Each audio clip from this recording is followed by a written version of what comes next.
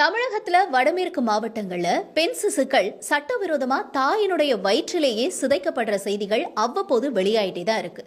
இப்ப இந்த மாதிரி செய்திகளை பார்க்கும் பொழுதே நம்ம எல்லாரையும் இது நடுங்க செய்யறது அப்படின்னு இருக்க பட்சத்துல இப்ப அடுத்தபடியா பார்த்தோம்னா, அதாவது நடமாடும் கருக்கலைப்பு, குழந்தையினுடைய பாலின சோதனை கண்டறியும் மையங்கள், இது எல்லாமே அடுத்தடுத்து பெரும் சர்ச்சையை ஏற்படுத்திட்டு வருது. இந்த விவகாரத்துல அப்படி என்ன நடக்குது அப்படிங்கறத பார்ப்போம். கருத்தம்மா படத்துல கள்ளிப்பாலை கொடுத்து ஒரு பெண் சிசுவை கொலை செய்யற காட்சியை பார்க்கும் பொழுதே நம்ம எல்லாருமே கண்டிப்பா கண்ணீர் விட்டுருந்திருப்போம். முதலலாம் ஒருத்தவங்களுக்கு பெண் குழந்தை பிறந்துருச்சு அப்படின்னா ஒன்னு கள்ளிப்பாலை ஊத்தி கொள்றது, அப்படி இல்லைன்னா வேற ஏதான முறைகள்ல கொலை செய்யறதுல நம்ம நிறைய செய்திகளாவே பார்த்திருப்போம். ஆனா இப்ப அட்வான்ஸான முறையில பெண் சிசுவை கருவுல இருக்கும் போதே சிதைக்கிறதுக்கான பல வழிகளை இப்ப கண்டுபிடிச்சிருக்காங்களோ என்னவோ, அந்த மாதிரியான செய்திகள் தான் இப்ப அதிகமா வெளியாயிட்டு இருக்கு. ஏன்னா இப்ப உலகம் அதிகமா நவீனமயமாக்கிட்டு வரதுனால ஒரு குழந்தை, அதாவது அது ஆனா பெண்ணா அப்படின்னு கண்டுபிடிக்கிறது ஸ்கேன் மூலியமா நிறைய பேர் அதை கண்டுபிடிச்சு சொல்லிடுறாங்க. சட்டவிரோதமான ஒரு செயல் அப்படின்னாலும் பணத்துக்காக இந்த செயல் நடைபெறுது அப்படின்றது தான் ஒரு நிதர்சனமான உண்மை.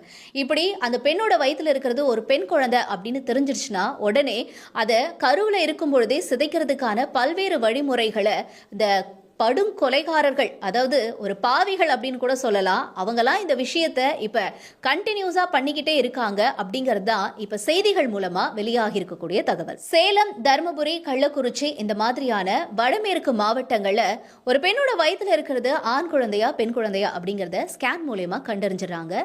கண்டறியறது மட்டும் இல்லாம அந்த பேரண்ட்ஸ் அது ஒருவேளை பெண் குழந்தையா இருந்து அந்த பெண் குழந்தை வேணா அப்படின்னு சொல்லி முடிவு பண்றாங்கன்னா சட்டவிரோதமா அந்த பெண்ணோட வயிற்றுல இருக்கும் பொழுதே அந்த சிசுவை கருச்சிதைவு பண்ணிடுறாங்க. இப்ப நம்ம திரையில பார்த்துட்டு இருக்கக்கூடிய இந்த காட்சி, இது ஒரு மருத்துவமனையும் கிடையாது, ஒரு கிளினிக் சென்டரும் கிடையாது, இது ஜஸ்ட் ஒரு வீடு தான். இந்த வீட்டுல ஒரு பெண் கருச்சிதைவு, அதாவது கருக்கலைப்பு நடந்ததுக்கு அப்புறமா சுருண்டு விழுந்து படுத்திருக்காங்க.